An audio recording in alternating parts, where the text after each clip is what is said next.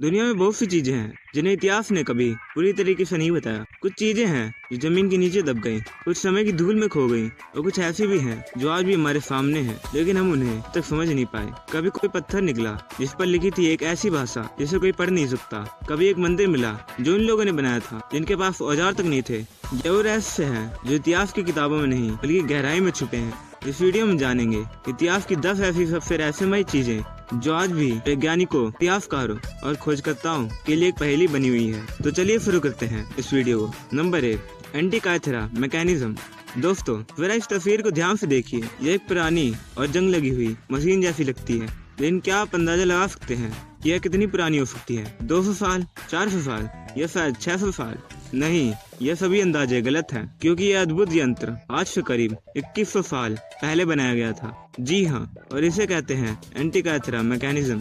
इसकी खोज 1901 में ग्रीस के एक द्वीप के पास समुद्र में डूबे एक पुराने जहाज के मलबे से हुई थी। जब ये मिला तो शुरुआत में किसी को अंदाजा भी नहीं था कि यह क्या है, पर जैसे जैसे इसकी जांच हुई, वैज्ञानिकों की आंखें खुली की खुली रह गईं। इस यंत्र में कांसे के लगभग 30 जटिल गियर लगे हुए थे, और इसकी बनावट इतनी बारीक और सटीक है कि यह सूर्य, चंद्रमा और ग्रहों की चाल को सही सही बता सकता है। यह न सिर्फ एक खगोलीय कैलेंडर था, बल्कि चंद्र ग्रहण, सूर्य ग्रहण, ओलंपिक खेलों की तारीखें तक इससे जानी जा सकती थी।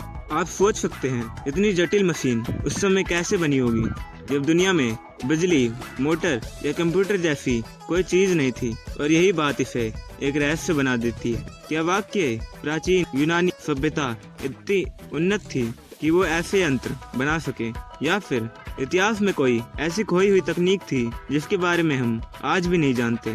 आज भी वैज्ञानिक इस यंत्र पर रिसर्च कर रहे हैं। हर बार जब इसे स्कैन करा जाता है तो इसके अंदर से कोई नया रहस्य सामने आता है। इसकी सटीकता और इंजीनियरिंग आज की आधुनिक तकनीक को भी चुनौती देती है, और यह हमें यह सोचने पर मजबूर कर देता है कि शायद प्राचीन सभ्यताएं हमारी सोच से कहीं ज्यादा समझदार थी। नंबर 2, डेड सी स्क्रॉल्स। साल था 1947 का। दूर दूर तक फैला हुआ एक सूखा वीरान रेगिस्तान, और एक बेडुइन चरवाहा जो अपनी भेड़ों को खोजते खोजते एक पहाड़ी गुफा के पास पहुंचता है। वो यूं ही एक पत्थर उठाकर गुफा में फेंकता है, लेकिन अंदर से आई आवाज कुछ अलग थी, जैसे पत्थर किसी खाली मटके से टकराया हो। जिज्ञासा में वो गुफा के भीतर गया, और वहाँ जो मिला वो किसी खजाने से कम नहीं था। मिट्टी के मटों में बंद थे कई हजारों साल पुराने स्क्रॉल्स, जिन्हें आज हम डेड सी स्क्रॉल्स के नाम से जानते हैं। यह सिर्फ पुराने कागजों के टुकड़े नहीं थे, यह ऐसे दस्तावेज थे जो दुनिया के सबसे पुराने धर्मों, मान्यताओं और इतिहास से जुड़े हुए थे। इन स्क्रॉल्स में हिब्रू, अरामिक और ग्रीक भाषा में कुछ लिखा हुआ था, और इनमें बाइबल की कहानियाँ, धार्मिक आदेश और कुछ ऐसे रहस्य भरे संदेश थे जिन्हें समझना आज भी आसान नहीं है। कुछ स्क्रॉल इतने नाजुक थे कि उन्हें छूने से ही डर लगता था, और कुछ इतने गहरे थे कि उन्हें पढ़ने वाले विद्वान तक सोच में पड़ गए थे। लेकिन सबसे बड़ा सवाल ये था कि इन्हें वहाँ क्यों छुपाया गया था, किसने लिखा था यह सब? क्या ये कोई गुप्त समाज था, या फिर किसी खोती हुई सभ्यता का आखिरी निशान? हर स्क्रॉल के साथ एक नया सवाल जुड़ता गया। एक एक दस्तावेज ने इतिहास के पन्ने में दबी परतों को बाहर लाना शुरू कर दिया। डेड सी स्क्रॉल ने साबित किया कि हम जितना इतिहास जानते हैं उससे कहीं ज्यादा कुछ अब भी छिपा हुआ है। आज भी ये स्क्रॉल्स पूरी तरह से समझना नामुमकिन है, लेकिन इतना साफ है कि इनमें छिपा ज्ञान, रहस्य और संकेत इतिहास की सबसे गहरी और अनकही कहानियां बयां करती है। Number 3, dendrite mystery. प्राचीन मिस्र की सभ्यता को दुनिया की सबसे रहस्यमय सभ्यता में गिना जाता है। लेकिन क्या कभी आपने सोचा है कि हजारों साल पहले मिस्र के लोग अपने विशालकाय मंदिरों और पिरामिडों में किस तरह रोशनी भरते होंगे? ना तो उस समय बिजली थी, और ना आधुनिक टॉर्च, और ना ही कोई लैंप। फिर भी वो गहरे और बंद कमरों में अद्भुत चित्रकारी करते थे, वह भी बिना धुएं के कोई निशान छोड़े। डेंडेरा के मंदिर में एक ऐसा रहस्य मौजूद है जिसने वैज्ञानिकों और इतिहासकारों को चौंका दिया है। यहाँ की दीवारों पर उकेरा गया एक चित्र आज भी लोगों के बीच चर्चा का विषय बना हुआ है। एक विशाल बल्ब जैसी आकृति, जिसे आज की दुनिया में टेंडेरा लाइट के नाम से जाना जाता है। यह बल्ब नुमा आकृति करीब 2200 साल पुरानी है। इसका संबंध टोलेमिक काल यानी 330 ईस्वी पूर्व के द्वार से जोड़ा जाता है। मंदिर की दीवार पर बनी इस आकृति को जब पहली बार ध्यान से देखा गया, उसमें कई अजीब चीजें नजर आईं। एक लंबी पतली संरचना जो हूबहू किसी आधुनिक बल्ब जैसी दिखती थी। उसके भीतर एक सर्प जैसी आकृति जो बिजली के तार जैसी लगती है।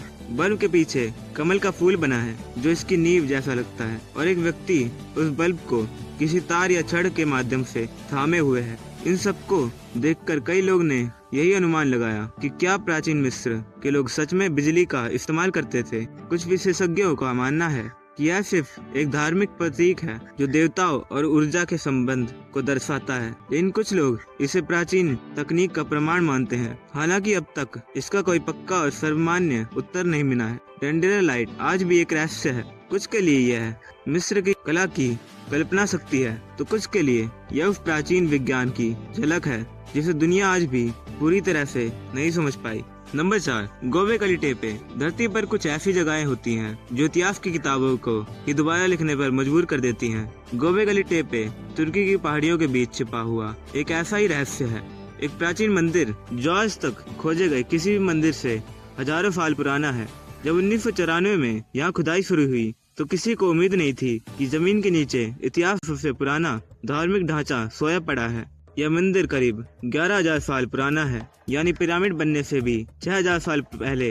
यह इंसानी सभ्यता बड़े बड़े पत्थरों को तराश कर धार्मिक संरचना खड़ी कर रही थी। गोबेकली टेपे में पाए गए पत्थर 16 फीट तक ऊंचे और कई टन वजन के हैं। इन्हें टी आकार में सजाया गया है और उनके ऊपर जानवरों की आकृतियां उकेरी गई हैं। जैसे यह मंदिर सिर्फ पूजा की नहीं बल्कि किसी गहरे प्रतीकात्मक रहस्य का केंद्र हुआ। इसकी सबसे चौंकाने वाली बात यह है कि जब मंदिर बनाया गया था तब इंसानों ने खेती भी नहीं की थी, न पहिए का आविष्कार हुआ था, न ही धातु के औजार थे। फिर भी उन्होंने ऐसे स्तंभ खड़े कर दिए थे जिनमें कला, विज्ञान और आध्यात्मिकता की झलक साफ दिखती है। गोबेकली टेपे यह साबित करता है कि इंसानों ने पहले धर्म और पूजा को महत्व दिया था और फिर खेती और समाज की शुरुआत की थी। इस खोज ने इतिहासकारों को वर्षों पुराने सिद्धांतों को उल्टा करने पर मजबूर कर दिया। हजारों साल तक यह जगह मिट्टी और पत्थर के नीचे दबी रही, जैसे खुद समय ने इसे छिपा रखा हो, और जब यह बाहर आई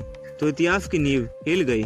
आज भी यहाँ खुदाई जारी है और हर नया हिस्सा एक नई परत खोलता है जिसमें इंसान की सोच, श्रद्धा और रहस्य छिपे हैं। गोबेकली टेपे सिर्फ एक मंदिर नहीं है, यह उस भूले हुए अध्याय की झलक है जिसे इतिहास ने अब तक अनदेखा किया। Number 5, सकारा bird. मिस्र की धरती पर इतिहास हर कदम पर छिपा हुआ है। हर मंदिर, हर मम्मी और हर खोज के पीछे एक नया रहस्य है।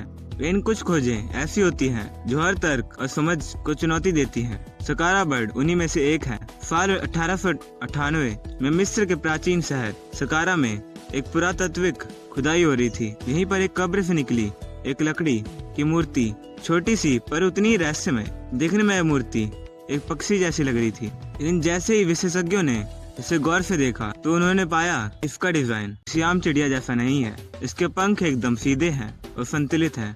पूंछ एक वर्टिकल स्टेबलाइजर जैसी थी, बिल्कुल जैसे आधुनिक ग्लाइडर या विमान में होता है। इस मूर्ति को नाम दिया गया सकारा बर्ड, और तभी से सवाल उठने लगे, क्या मिस्र के लोग हजारों साल पहले से उड़ान भरने की तकनीक जानते थे?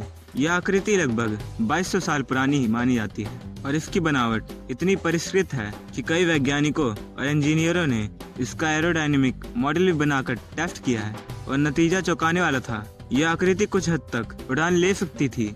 कुछ लोगों का मानना है कि यह सिर्फ एक खिलौना था या फिर किसी पवित्र पक्षी का प्रतीक, लेकिन जो लोग इसे ध्यान से देखते हैं वे कहते हैं कि इसकी बनावट में जो बैलेंस है और जो डिजाइन है वह किसी समझदार तकनीक की तरफ इशारा करता है। एक थ्योरी यह भी कहती है कि शायद यह प्राचीन मिस्र की